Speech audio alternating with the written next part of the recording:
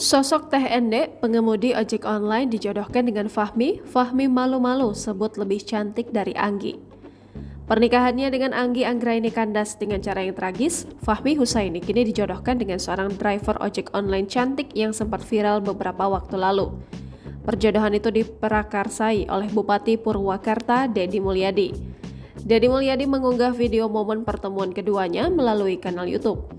Teh Ende merupakan pengemudi ojek online cantik yang viral seusai ditinggal suaminya di penjara akibat kasus narkoba.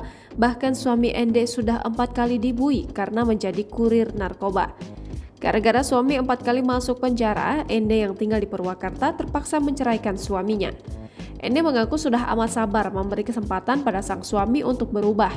Bahkan saat suaminya tertangkap ketiga kalinya tahun 2018 silam, Ende membantu mencari nafkah dengan mulai menjadi pengemudi ojek online. 1 tahun usai keluar penjara ditangkap di Karawang karena menjadi kurir narkoba. Ia pun mencari nafkah demi memenuhi kebutuhan anak semata wayangnya dengan menjadi pengemudi ojek online. Fahmi terlihat salah tingkah saat dirinya, Deddy Mulyadi, menyuruhnya memilih siapa yang lebih cantik dari mantan istrinya Anggi. Dengan malu-malu Fahmi mengakui kecantikan Ende daripada mantan istrinya. Ende pun menceritakan ada beberapa laki-laki yang tengah mendekatinya namun belum mendapat restu. Bahkan Deddy bisa menyewakan tenda, organ tunggal, dan keperluan pernikahan lainnya. Artis Uya Kuya juga bersedia membiayai resepsi pernikahan jika Fahmi nanti menikah.